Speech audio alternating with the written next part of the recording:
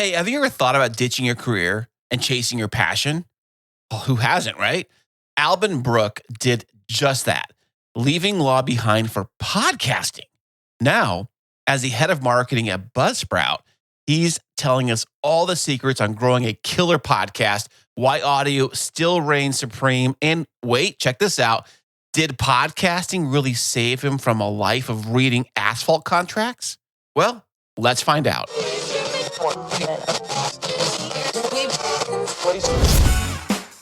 Sound matters. Be heard.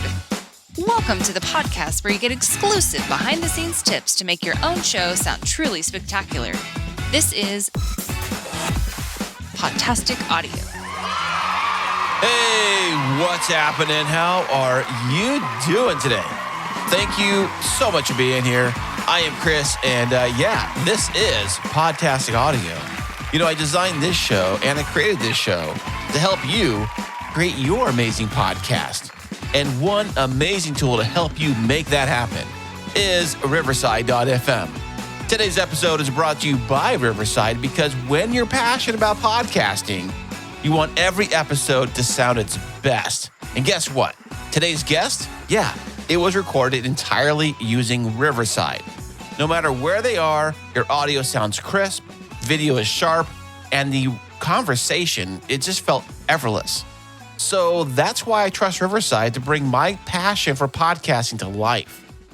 With studio quality recording, your voice comes through loud and clear.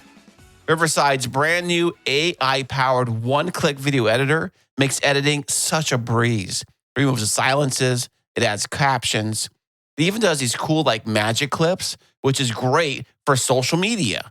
And you also can do this whole multi-editing, multi-track editor so that it lets you fine-tune every detail so your passion shines through every single episode you do. Hey, if you love podcasting as much as I love podcasting, Riverside.fm is your tool that you need. Try it for free right now if you want to, and when you're ready to upgrade, use my discount code PODTASTIC for 15% off any paid plan. Because when you love what you do, and you should sound amazing doing it, Riverside.fm is where passion meets quality. So, hey, speaking of loving podcasting, have you ever wondered what it was like to leave behind, say, a high-powered career in law to dive headfirst into the world of podcasting? Well, today I'm joined by Alban Brooke, the head of marketing at Buzzsprout. He went from analyzing legal briefs to helping thousands of podcasters build their shows, and he's here to share his incredible journey. So here are some things we cover in this episode. We're talking all about the evolution of podcasting. Let's see, what makes a great show? We always want to know that. What about the power of audio over video? Yeah, you probably scratch your head wondering because everyone's saying YouTube's the next big thing and video first. We're going to talk about why audio is also probably even more important. And since Alban works directly for Buzzsprout as the head of marketing of Buzzsprout, I know a lot of you host directly on Buzzsprout. So we dive into all about Buzzsprout and all the cool new features that Buzzsprout has put in place for you as a podcast host, especially that really cool text the show feature. It's super cool. If you haven't tried it yet, you got to put it in place if you are on Buzzsprout, or your listeners can text you directly. Hey, they got some super cool things going on over there at Buzzsprout. You got to check it out. But the very first thing I want to know is how do you transfer from being a lawyer into being a head of marketing for podcasting at Buzzsprout? How do you make that jump from lawyer to podcaster, now podcast professional for a podcast company? How does that happen? I did go to law school, practiced for probably a year and a half, and I'd been a paralegal before that and been in around the legal field, but pretty quickly knew that it wasn't the life for me. I think just quite a few things made it pretty obvious in the beginning. Worked with a lot of good people, but did not enjoy the work one bit. So I was fortunate enough that about 10 years ago, a little bit more now, made the switch, and I knew I wanted to be in software, and luckily, I really enjoyed podcasting back then and found Buzzsprout. What year were we talking here? 2014. So it's like 11 years ago. Yeah, I think when Serial was just about to launch is when I said, I'm moving over to podcasting. So it was a good time to make a move. But how do you make that move though? Like, were you already listening to podcasts, or did you just like say, that sounds like something good I want to do? The first time I remember listening to podcasts was probably like 2006 or so. So I used to subscribe on iTunes and then load up an iPod and go for a run. And then I taught school overseas in rural Haiti, and we really didn't have electricity, let alone internet. But every once in a while, I'd get to like an internet cafe and I would just download podcasts onto my iPod.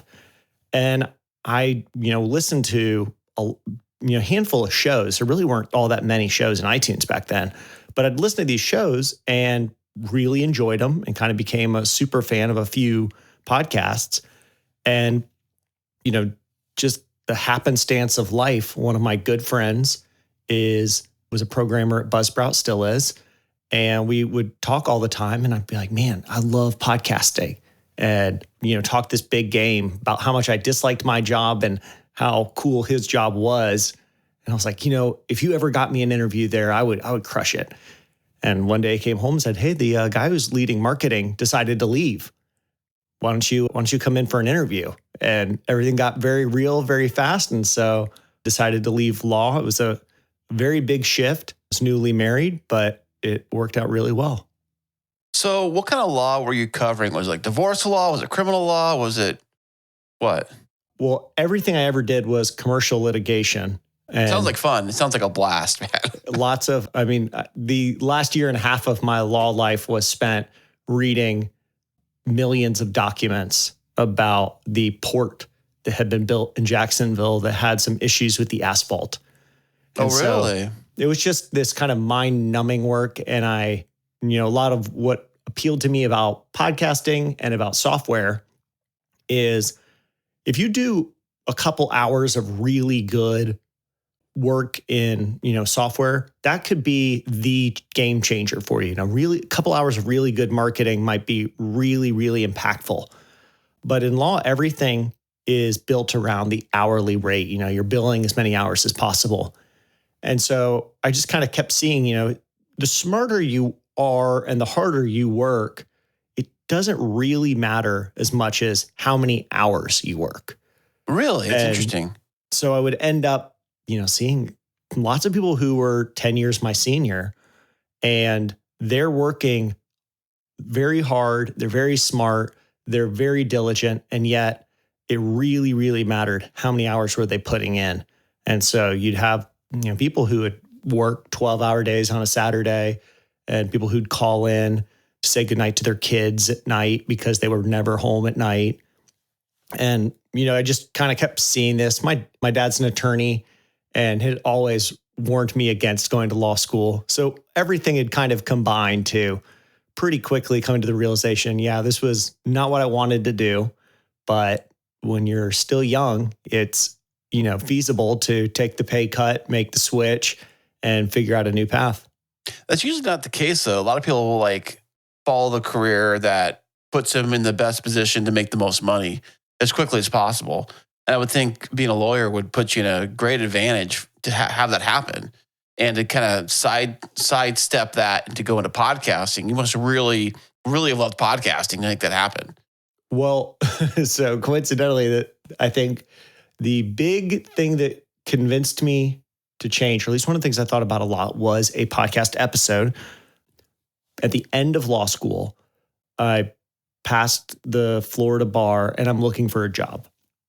And while I'm looking for jobs, I just need something to do.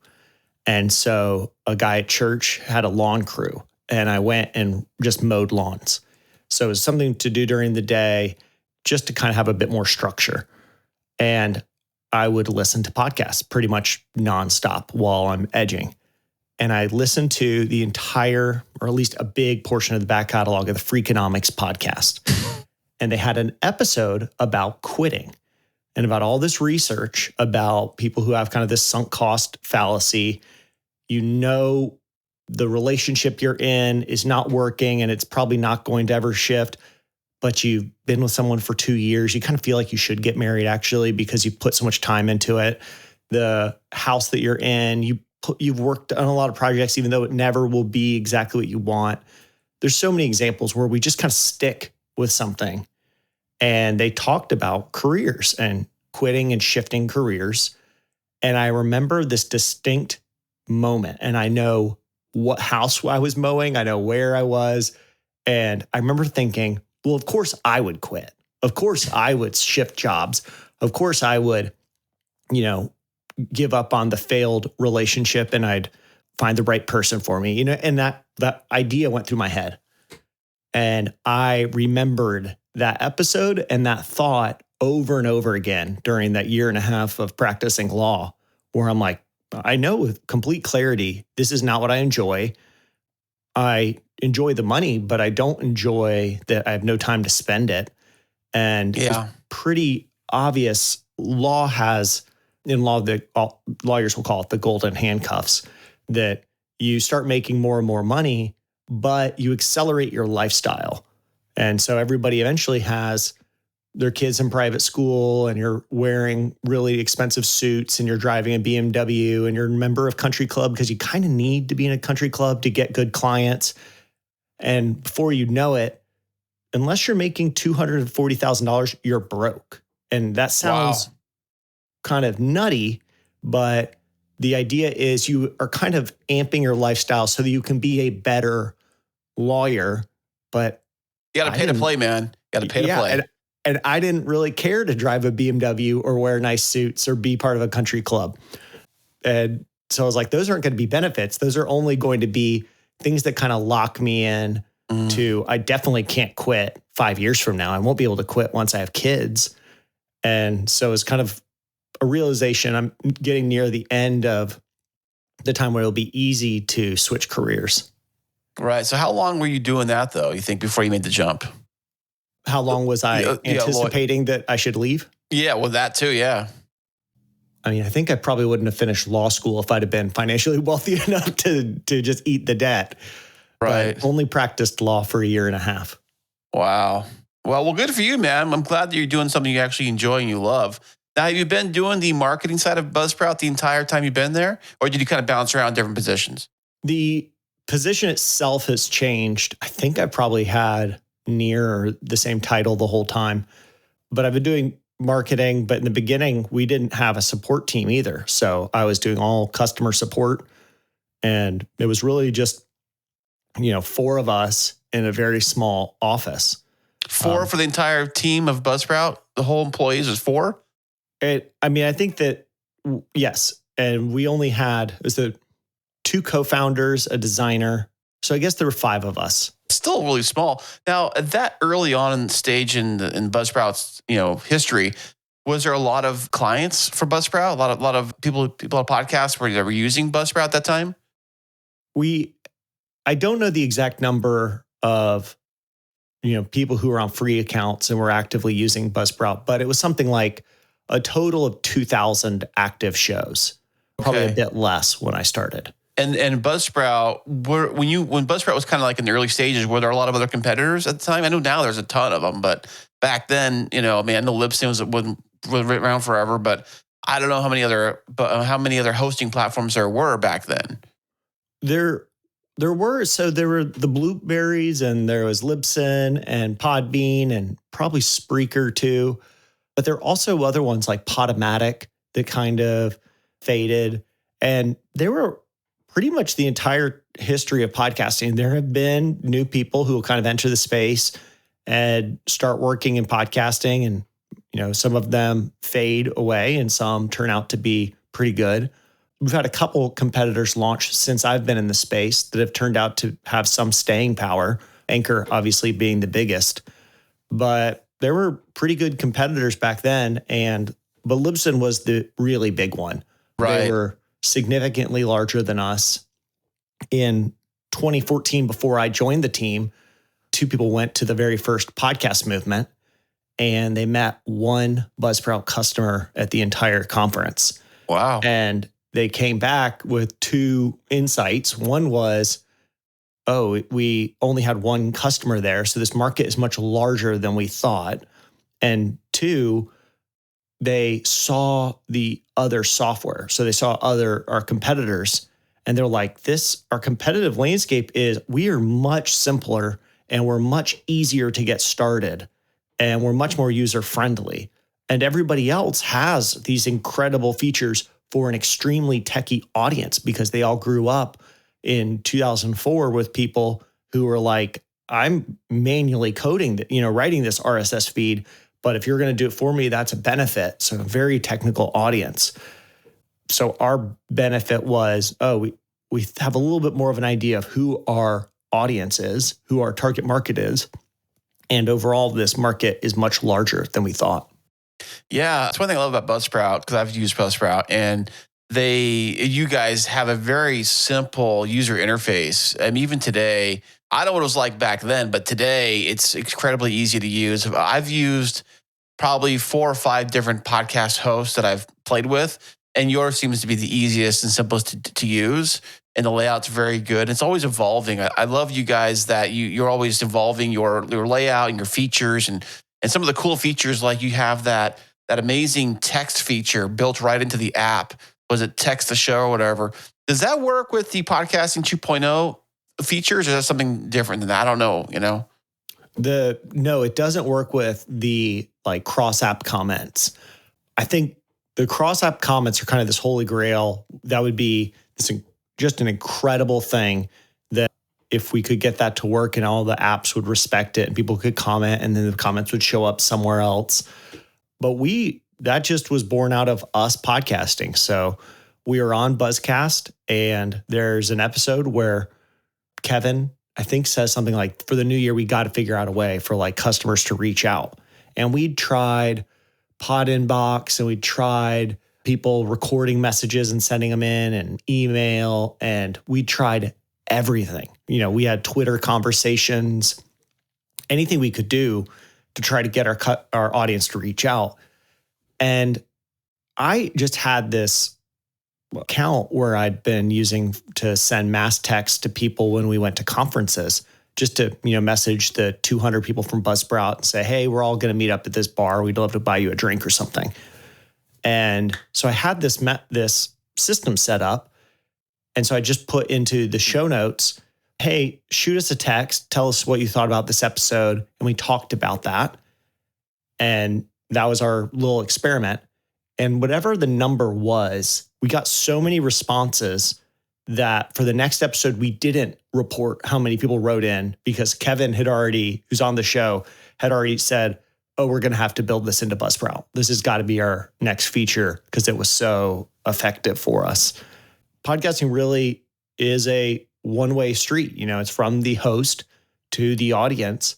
But if you're the host, even with fairly large shows, you may not hear back from people very often. I mean, go look anywhere on the web where, YouTube, somebody might have a pretty robust channel, but they're not getting a ton of comments, or newsletters with lots of email addresses that don't get a ton of replies. As creators, you don't get a ton of feedback, or at least as much as I think fans think they would. Like when I first launched the other show, we started to put an email together, and I threw it on the one of the episodes. I mentioned we have an email, and this is their email address, whatever. And I'm like, the next day, log into the email, looking for all the emails, where is everybody? Not even there. But I do think the text feature. So basically, the way it works is that in any single app, this little button shows up, right? Text the show, or it's called Text the Show, I think, at the very top. I've seen it. And it happens on every single player that every app, I guess, has it. You click it, and it opens up your Messages app on your phone. And then you can send a message directly to the show. And they see it on their Buzzsprout account inbox. Mm-hmm. That's the way I understand how it works. Yes. But it only works one way. It only works one way. And the reason it's beneficial is you could just have a link that went to write a message on a message forum or something. But then everybody has to log in. People have to manage credentials. And then it feels like a big deal. Yeah, I hate that. If there's a login, if I click something and then I have to log in with a password and account something, I'm like, I'm out. I checked out. I'm done. Right. And what does work is people will click that. It opens up the text messaging app that they already use. And it just says like, send a message and, keep this little code on it so we know where to route that text. And people will then write something about the episode. And there's so many built-in assumptions around texting. It's mostly pretty short. It's casual. You don't have to feel overly formal. But when you send an email, if I'm going to email one of my favorite podcasters, I'm thinking about it. I want to make sure it's perfect. I want to write it in a way that they'll like it. And now I've kind of blown this experience up to where I'm like, I'll just, move on. I'm not going to write them. But it really is powerful when it's just a text message and you go, oh, and you just write, love the show, ! And you move on. And we get a lot of those podcasts. You just say, I love the show. And you can kind of see like the same person wrote in 4 times over the course of a year. And I can kind of see their threads. It's great. Yeah. Now with that thing, can you actually send pictures too, or is it just text? I think right now we've just got it set up to be SMS. So that's just text-based then?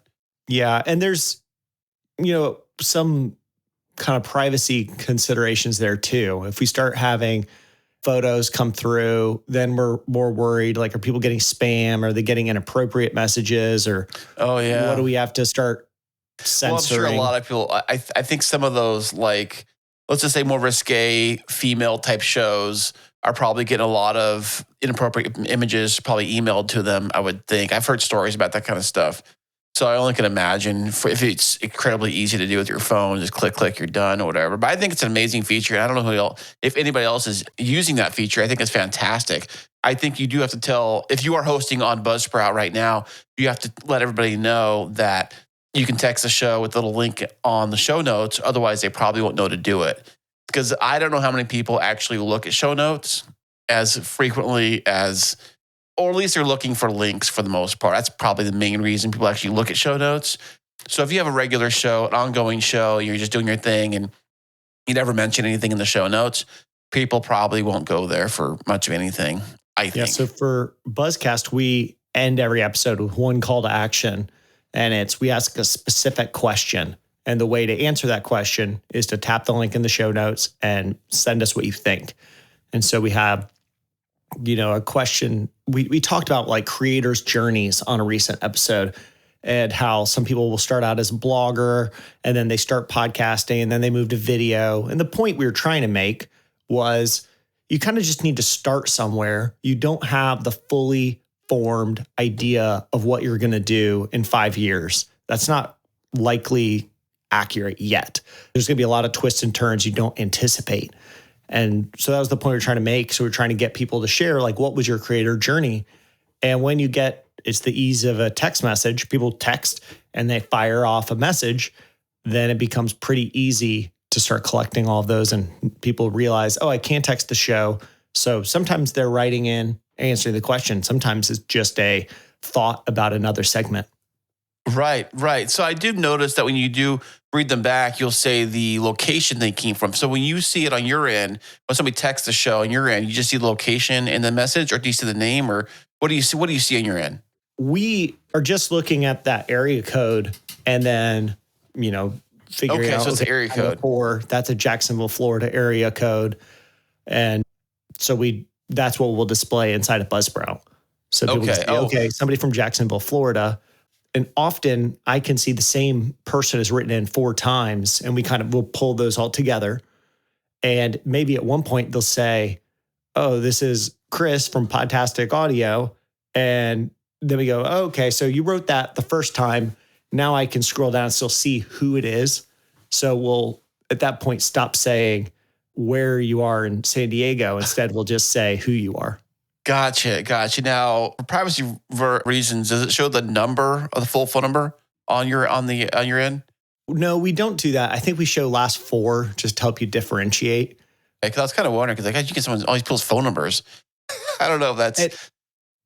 I would argue that's not really a privacy concern, because if I click a link in the show notes and text a number, I kind of expect, if I text your show, I expect you now to have my number and be able to respond. Yeah, I guess that makes sense. But we went, let's launch something to start that we don't have to worry too much about spam. We don't have to worry too much about inappropriate content. We don't have to worry too much about getting a weird interaction between hosts and, now somebody's responding through the Buzzsprout system. And do we now have to monitor what people are saying to each other? So we just made it easy. The big problem to solve was we needed a way for podcast listeners to quickly and easily message their show and just say, hey, I really enjoyed this episode. Hey, this is something I really liked that you talked about, or here's my differing opinion. And that's exactly what fan mail does. It's great stuff, man. Have you heard anything from Buzzsprout users about that feature? Have you heard me write in or any comments or any suggestions or anything like that? I mean, I get messages every day. Wow. So for our shows, we don't read every one on the podcast because some are not going to be pertinent to the discussion. But, I'll even have people who reach out, a different way, Twitter, or text me personally, and I'll say, hey, if you want this to be captured in the podcast, shoot us a text to this number, because then I'll have it, especially when I'm setting the outline for next episode. I'll see Stephen Robles from Riverside reached out. I want to make sure I talk about his differing opinion on video podcasting. And so we're able to discuss that in the next episode. So, hey, speaking of video podcasting, I know you're not much of a fan for video podcasting as some other people are. I'm not really either. I'm more of an audio guy. What are your thoughts on everyone saying that the future of podcasting has got to be video? Well, it's not that I hate video podcasting. It's that there's a lot of downsides to video podcasting that we are not really appreciating. And most people who start creating stuff online quit almost immediately. This is true for social media. This is true for blogging. This is true for newsletters and websites and video and YouTube and podcasting as well. Everywhere, we all think, wouldn't it be cool if I had a really awesome Instagram page where I shared stuff about my favorite baseball team, and we do it 2 posts and then we move on. And anybody who's created stuff online could probably tell you a dozen things that they said, I'm going to launch this. This is the big idea. And they quit very soon. In the same way, we're talking about my journey through law or the journey for creators. You don't really know what the future holds for this project. You kind of just need to start and then evaluate again in a few weeks and in a few weeks and a few weeks, and be okay that the path won't be directly straight. It's going to meander. And so with that in mind, I think the big hurdle for most people is you've got to start something. And, the worst thing I can do as somebody who writes a lot for Buzzsprout or creates content for Buzzsprout is when somebody shows up and says, hey, I want to learn about podcasting. The very worst thing I can do is say, great. So to be successful at podcasting, we got to start the podcast. We got to start video. We got to start social media, and we got to start collecting a newsletter. And maybe if you do a blog and a Patreon, then you could really be successful. And they go, oh, or I could do none of that and go back to my normal job that I do 40 hours a week. And I've got kids and I've got hobbies. So forget that podcasting thing. Sounds like too much work. Yeah. So what is the downside of video? The downside of video is it's an order of magnitude more difficult. You have to deal with how you look, and you're going to now do your hair, and you're going to have to do makeup maybe, and you're going to figure out lighting, and you got to figure out $1,000 camera and all of this equipment. And not to mention editing the video. And now we're getting a more expensive computer to edit the video, and we're uploading, and we're dealing with weird comments on YouTube. Endless number of tasks. And we're adding those on top of the podcast. And the podcast is, for a lot of people, that's pretty daunting. I don't like the sound of my own voice, and I don't know if I sound all that smart. And that's enough. That's enough to deal with in the beginning. How do I talk into a microphone? What's good mic technique? Just the very, very basics. And that's why I want to be the bit of a voice against video podcasting. It's not that if you're already shooting video and you're comfortable with video and you think it's not a big deal, I don't understand what Alban's saying, then I think you're totally fine. Keep putting on YouTube. But if you're a new creator, do one thing. Don't do two things. Definitely don't do six. Right. And if you feel like audio podcasting, like real podcasting is where you're drawn to, go for it. But if you feel like what I'm really drawn to is writing and I really enjoy writing, podcasting was just another thing on top of it, then let's put podcasting aside for a bit and just focus on the writing portion or the YouTube portion. But you don't need to do all of it at once. Just start with something so that you're very likely to continue doing this something for more than, just one episode. Right. And the less complicated you make it, the easier I think it becomes for people. I know some people come in and they think they have to have like all this gear, all this stuff, all this, like you said, all the social medias, like everything going, all the cool graphics, and the graphics don't look the correct, or the intro or the lighting or the cameras don't look right, and all this nonsense. Or I don't have the SM7B microphone, so it's got to be that, or it's not even considered a podcast or whatever. But I like to call podcasting, or I call it podcasting classic, is what I call it, because it's it's what really it is, audio podcasting. Which I always thought of podcasting the way I looked at radio is that podcasting is the only form of media you can actually consume doing anything else at the exact same time. Right. It respects that you have a life.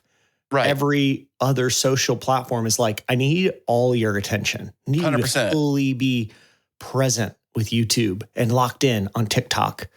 And if you are around somebody who's listening to a podcast, you might listen to it together, or they might be out for a run and doing something else.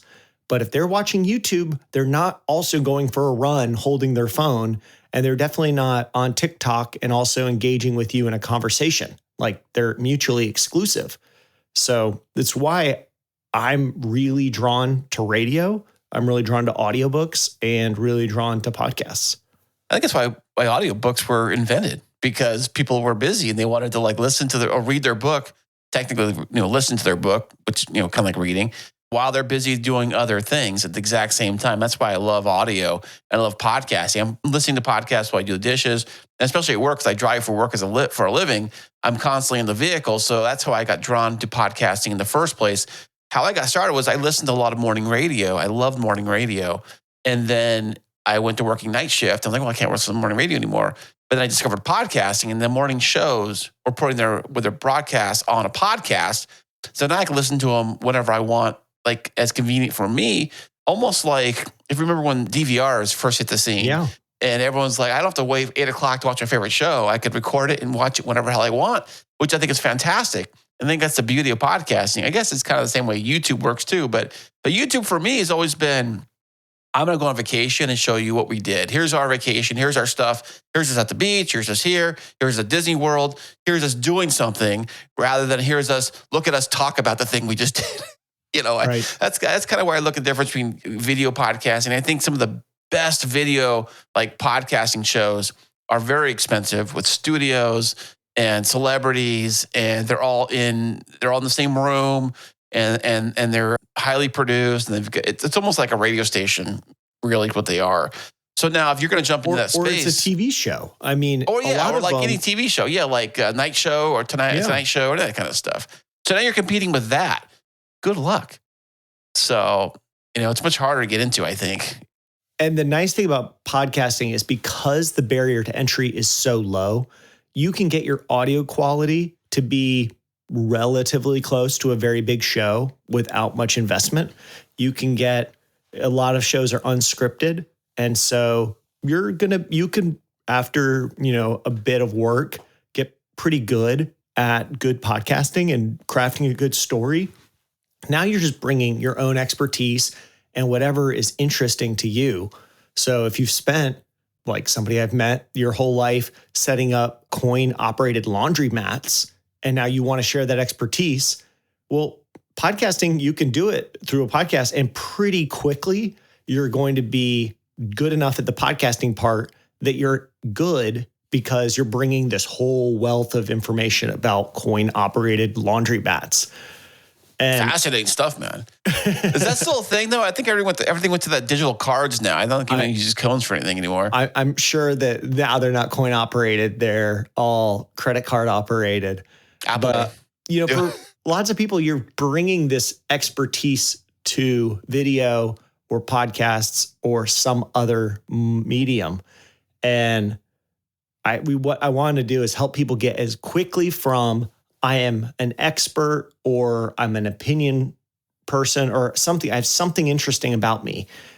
Help me get over the hurdle of learning the technical aspects of podcasting so that I can get my message out to the world.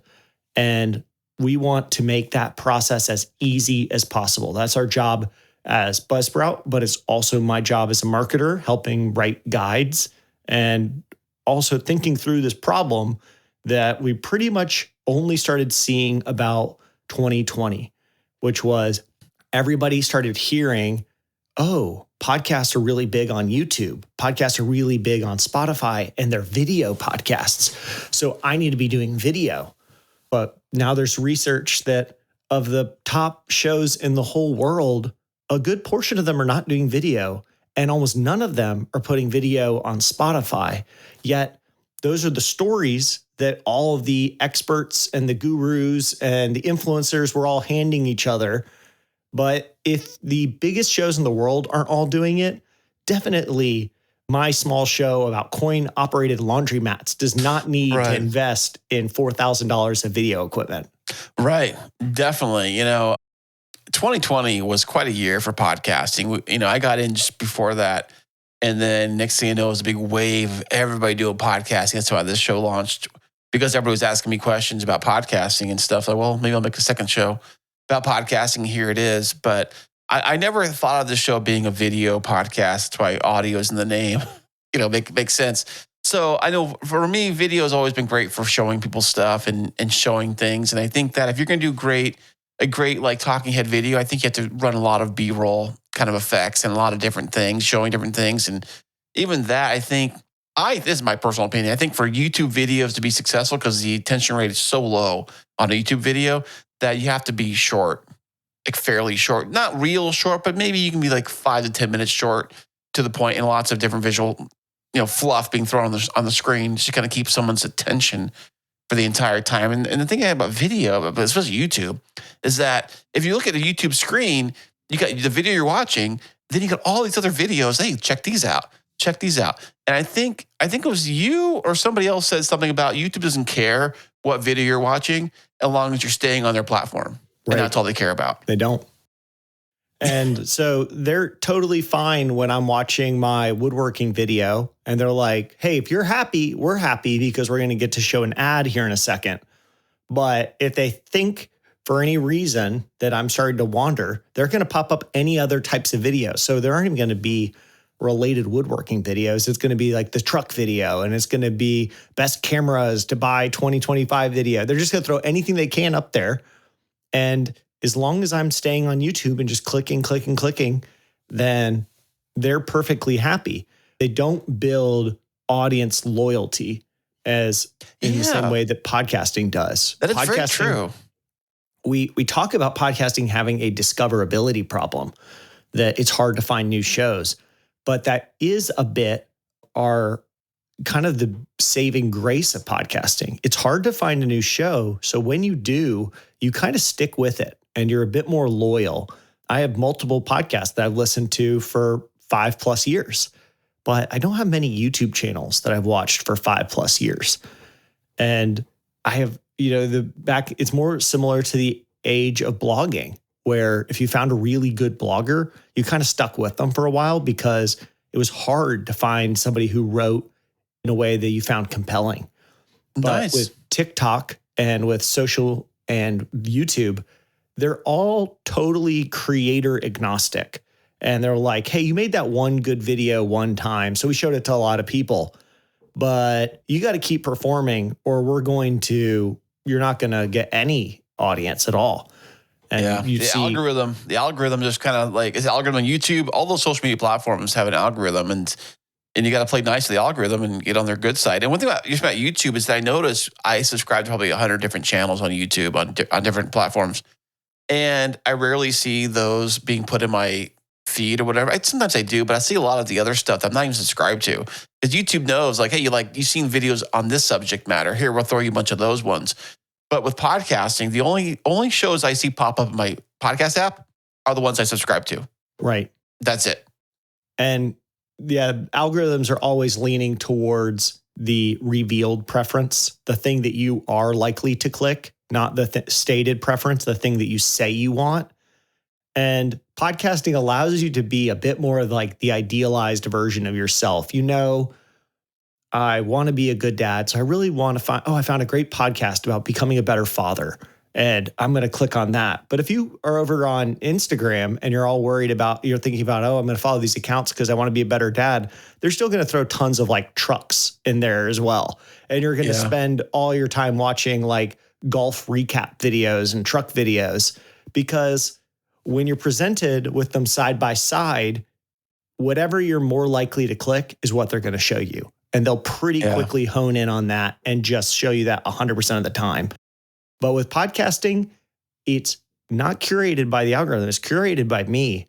And so when I have a show that starts like degrading into being kind of like a political show rather than the tech show that I used to love, you just go, okay, and you unsubscribe, and you can just go, I'm okay on letting politics invade all of my life, and I move on to other things. Right. Gosh, politics, my goodness. So many of those shows that came up, and a lot of things pop up during the election year and a little bit after it now. It seems like with podcasting, I've noticed too, or let's just say social media in general, there's a popularity with bad stories that pop up, I think, versus the sunshine and rainbows type of story. Because bad news spreads quicker, I think. And I wonder with podcasting, if people are leveraging that to get their podcast hopefully marketed easier and quicker by having either damaging headlines or clickbait headlines, or maybe just something along those sorts. Have you seen anything like that with Buzzsprout or anything in your travels? I mean, there's tons of podcasts that we see. So sometimes I'm sure some of them are launched on Buzzsprout, and the way that they will try to gain a following is by being more sensationalist.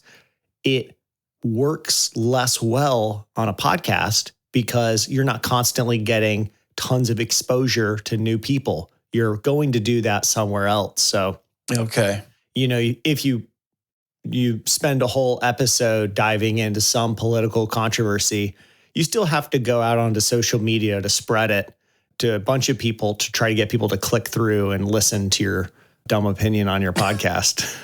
Hey, what are your thoughts on all the AI generated shows with the Notebook LM that have come out? I think there's a bunch now. I haven't checked the numbers, but I heard there's a lot. I think it's like slightly interesting, but only slightly. It's very impressive that it technically works. So you upload a ton of documents and Google runs through them all and then kind of simulates a conversation with the AI hosts. And if I was, for some reason, I had these documents for school and I needed to learn a topic area, but I didn't have time, and I could throw them into Notebook LM and kind of listen to them on the go, that may be good. That may be somewhat valuable for me. But what we've really seen happen is a bunch of people automate, probably through like RSS readers, the collection of AI news. And then they take all of that AI news and they throw all of it into Notebook LM and create a Notebook LM podcast about what's happening in AI. And they do nothing else. And then they want to upload that to the web and promote their AI news podcast, which is just regurgitating the same stuff. And I love all the things that these AI tools afford us, but you want to still have a person in the middle of it directing it, like from a taste perspective. You've got to be somewhat there saying, what is valuable? What stories do you find interesting? or you be the host and you discuss it so that there's something different. But if all you're doing is you're just collecting the same news source, you're throwing it into this generator, no one's going to listen to that. Who's the target market? You've just figured out how to create it. Well, I think it's very fascinating. I mean, I've toyed with it a little bit, but just to see what it said about my podcast as a review, drop my podcast in there and you guys review my show, let me know what you think, kind of a thing, and but a very funny and fascinating kind of stuff. It always seems very positive for the most part. Yeah, I did hear one that somebody did a while back where they somehow tricked the Google LM show to realize that they were fake the entire time. I don't know if you heard that one or not. And they kind of like were almost crying at the end, kind of like, oh my gosh, we're signing off. We're not really real or something like that. It was very fascinating, like realizing that if AI realizes that they are not real or how they look at themselves, like how they look themselves in the mirror, it's kind of like some movies that are like that too, where the AI robot realizes they're not really a human or something like that.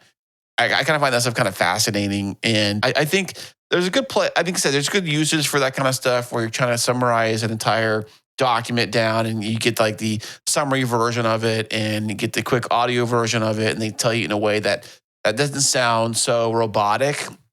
It sounds a little more human-like and a little more conversation-like. I think people do listen to podcasts for that conversation feel and that kind of that organic feel that if you're just reading a textbook, you're not going to get that. And I think a lot of podcasters come into podcasting, especially the ones that do solo shows, they just read a script or whatever. And I've seen so many shows or so many podcasters struggle with doing solo episodes. Like they can't, like them, it's like poison. They can't do a solo episode. They rely on having a host. What are your advice or your thoughts for anybody who wants to start a podcast that is thinking that the only way to do a podcast is to do an interview style show? Wow. So because of what you just said, I need to give a shout out to a podcast, Talkcast, TOK cast. It's the Theory of Knowledge podcast. And the guy who does it, all he started by doing was he was a huge fan of the physicist David Deutsch, and he went and read chapter by chapter David's book, The Beginning of Infinity, and goes slowly through it and just said, hey, chapter 1, here's some bits from the chapter. Here's what it means. Here's what he's referencing. Here's why it's important. End of episode. And took one book and pulled it apart page by page and did a podcast and did like 50 episodes on The Beginning of Infinity, one single book. And that is really valuable. He's done very well with the podcast. It's given him a ton of opportunities to work in the field that he's really interested in by, but he's helping people who are trying to learn about physics and epistemology. He's getting to help them learn about it through podcasting. It's a solo show, but he's got very well structured, here's what I should talk about this episode because chapter 1's what he's going to talk about. So it's very structured for him. He has another mind to kind of bounce off of. He's got the author's work and he just goes and he discusses it. And it's valuable in a way that I don't think Notebook LM is. If you were to read a physics book and the way that it was being presented from Notebook LM was to kind of NPR-ish style hosts going, so what is it about epistemology that we find to be really interesting? Oh yeah, well, let's dive into that on this episode. And it's just kind of the same, jokey podcast talk, right? Which I love shows like that, but that's not the best way to learn about epistemology.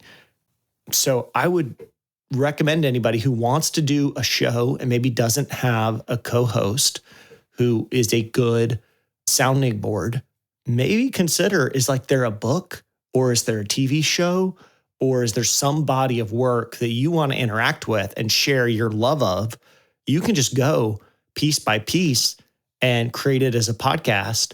And that body of work is going to be really valuable for anybody else who wants to do a deep dive. Nice. So that would be my recommendation. Yeah, well, that's fantastic, man. That is great. 'Cause I know some of that stuff is very deep, and I can see how the AI, you know, chatbots try to make it kind of a lighthearted thing about something a little more serious sometimes. And I think that you're right that sometimes you want to get in there and learn it. Maybe you understand it in a way that might make sense to you, the listener, or to the listener, I guess I should say. But I just seen a lot of shows that are so afraid of doing a solo episode. They're just like deathly afraid of it. And I was kind of afraid too the first time I did a solo episode, and it wasn't easy. I went in and started doing it, but the way I do it, what works for me is I feel like I'm talking to another person that's sitting right in front of me. That's not really there, an invisible person. That's how I do it. And yeah, it's not easy. It takes some time, it takes practice. Like anything, practice makes perfect. It's kind of the way it is. So knowing that there are a lot of new or newish indie podcasters that are using Buzzsprout that I've seen, what would your advice to the people starting out in podcasting? What advice to have for any new podcaster? Delay your criticism of your own work as long as possible. You've got to get something out into the world before you start critiquing it. Your taste in the beginning is going to be very good. You've grown up listening to really, really well-produced shows. And then you show up behind your brand new Samson Q2U mic and you're nervous. And then you talk into it. And if you go back and listen with the taste that you have that's really well developed, you will be so critical of your own work. And so critical that you'll just go, oh, we have to throw that away and do another one. Oh, throw that one away and do another one, because your skills have not matched your taste yet. And so what I would recommend people to do is you got to just get something out there and start putting it out into the real world. And we'll iterate and we'll clean it up and we'll get better at talking into mics. We'll do that over time. But in the beginning, the only goal is to publish something. And then to just commit to just do 10 episodes and don't worry about the quality. Just get 10 out there. Because once you've done that, now you've gotten over the fear. You've gotten a lot better at just getting it done. You're getting better at, how do I put a show together? How do I collect sources? How do I edit quickly? And you're building all those skill sets. Now you can start being a little bit more critical. What's the one thing that I could improve?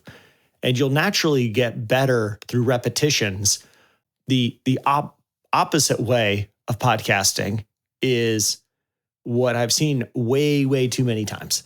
Very first conference I ever went to, I met somebody and he was like, oh man, I'm just started this podcast. I did an interview with Pat Flynn, was my first interview. I did another interview. He had 5 interviews that were all pretty impressive. And I was like, wow, that's great. So does the show up? No. I'm tweaking them. I'm cleaning up the editing. I'm like, okay. Yeah, I'm launching. And I think he had a couple months out. So the next year I go back to the same conference and I'm like, man, how's the podcast going? I remember we talked last year and he goes, yeah, I've got a bunch of interviews. I'm working on editing some of them. And I was like, weren't you launching it last year? And he's like, yeah, but I realized I didn't know what I was doing. So now I've gone back and I've cleaned them up.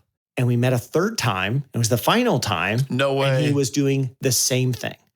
And it probably was, he had such high standards. He had no ability to get to his own high standards. Instead, he stalled out and he quit. Well, you don't want to do that. What you want to do is you get a good interview, record it, launch it, move on. Another good interview, record it, launch it, move on. And let's just get some repetitions in. And by doing that, you'll get much better and you'll grow way faster than if you were trying to grow through, you're kind of just sitting at home re-editing the same episode over and over.